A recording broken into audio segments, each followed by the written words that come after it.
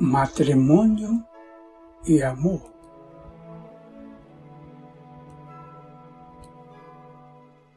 Por isso deixará o homem pai e mãe, e ajuntar-se-á com a sua mulher, e serão dois numa só carne.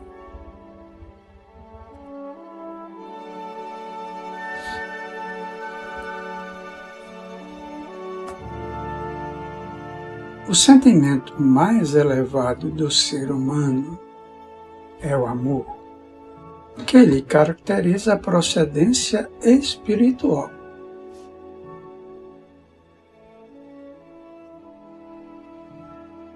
Gerado pelo amor, expressa-se através desse atributo superior que vem conquistando a pouco e pouco no seu processo antropossocial, moral e espiritual. Em cada experiência evolutiva, mais se lhe desenvolvem os valores éticos e conquista mais altos patamares da escala da evolução.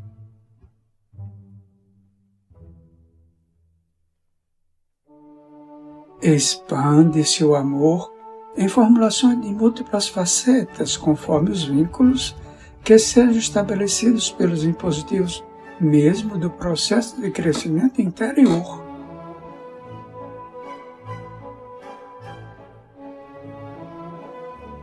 Quando na consanguinidade, ele como manifestação filial, paternal, maternal, fraternal, para ampliar-se em expressões de união conjugal,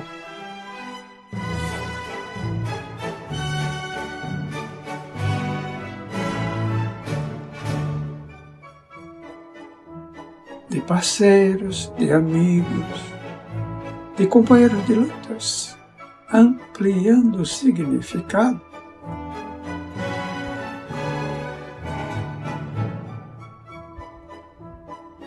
E assim, ruma para a união com todas as demais criaturas humanas e, por fim, com a própria natureza nas suas várias manifestações.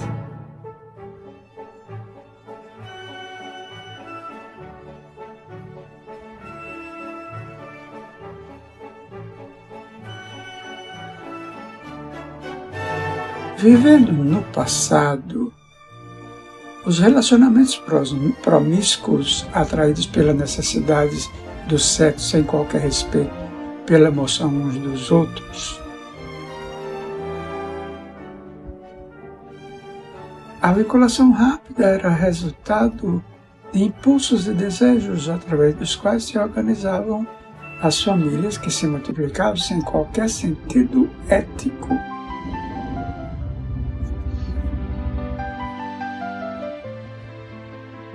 À medida, porém, que o ser adquiriu consciência da sua realidade e avançou na conquista, mesmo que inconscientemente, dos direitos que todos devem desfrutar,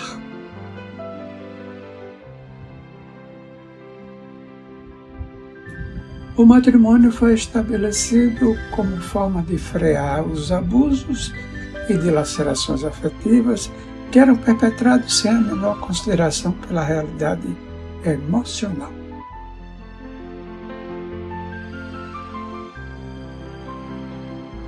Por isso, afirmou Jesus que no princípio não era assim, recordando que as uniões se davam através dos sentimentos profundos.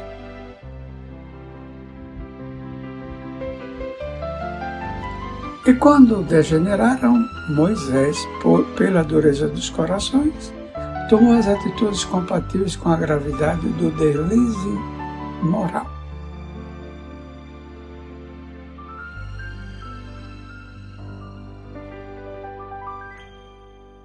Por outro lado, a ausência de dignidade nos relacionamentos conspirava contra o equilíbrio e a ordem social,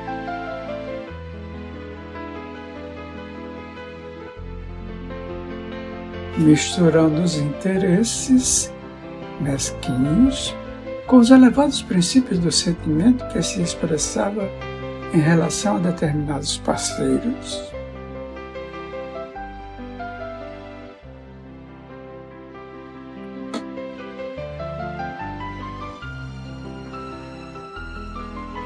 O matrimônio passou a direcionar melhor as uniões físicas, desde que concomitantemente existissem os compromissos afetivos. Pode-se considerar esse momento de conquista como um dos elevados patamares da evolução psicológica e moral da sociedade.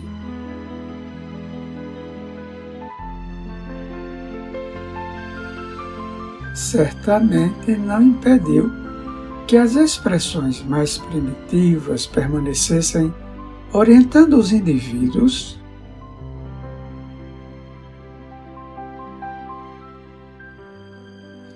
especialmente os homens, que se sentiam atavicamente com mais permissões do que as mulheres,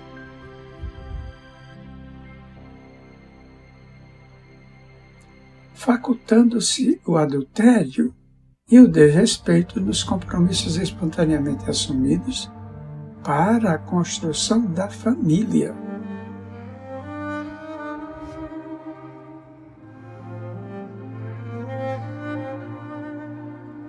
A mulher enganada ou submetida aos seus caprichos pela força vigente e aceita pela sociedade, silenciava suas aspirações quando no lar,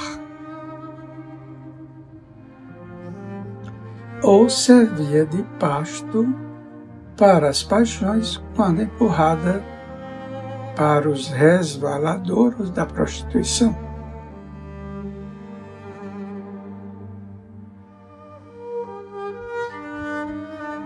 Embora o amor pudesse orientar a disciplina e conduzir à conquista dos objetivos elevados da procriação e da harmonia emocional no relacionamento saudável,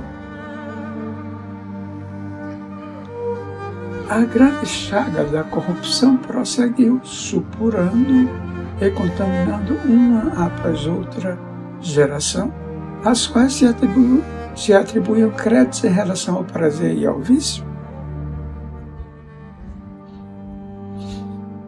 A proliferação das enfermidades sexualmente transmissíveis não conseguiu diminuir a febre dos arroubos e insatisfações.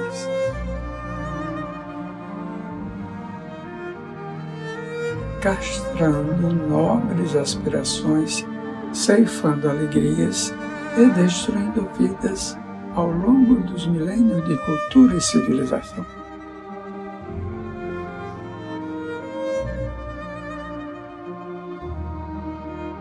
Um grande silêncio feito de ignorância e presunção permaneceu no contexto das famílias, facultando que a desordem prosseguisse campeando. Sob o aplauso surdo do machismo generalizado e o sacrifício feminino, que se impunha a submissão e a escravidão doméstica.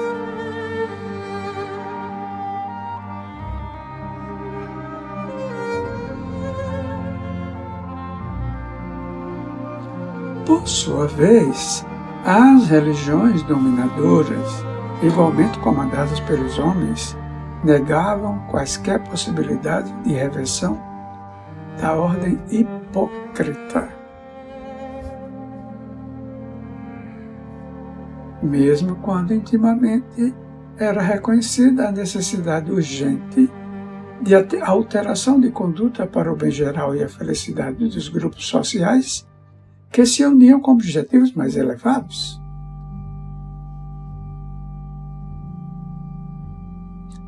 Na cegueira que vigia arbitrariamente, se interpretou o ensinamento de Jesus como uma imposição.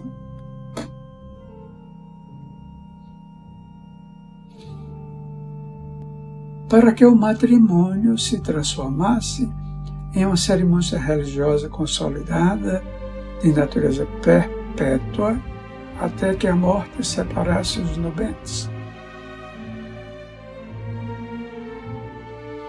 Não obstante vivessem distanciados pelo ódio pelo ressentimento recíproco, pelo não cumprimento dos deveres do tálamo conjugal.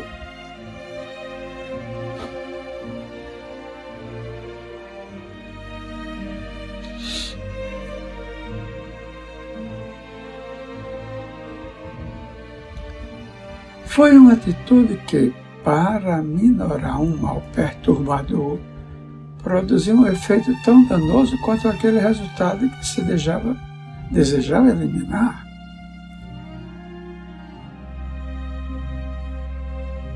Abrindo feridas ainda mais profundas e devastadoras no cerne das vidas que eram ceifadas.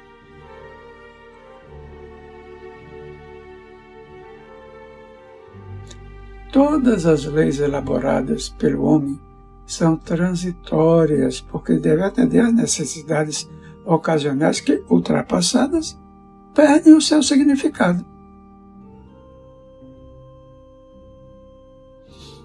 No princípio, quando as determinações legais possuíam um caráter temerário, punitivo,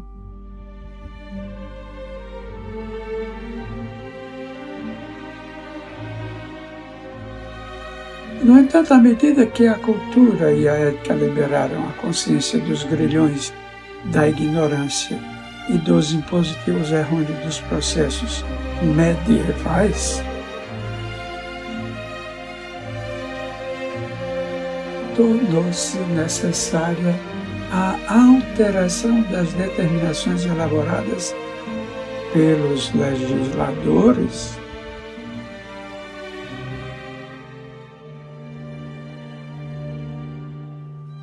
a fim de que se tornassem mais compatíveis com o ser humano em fase de desenvolvimento moral e espiritual, resultado natural das suas conquistas intelectuais.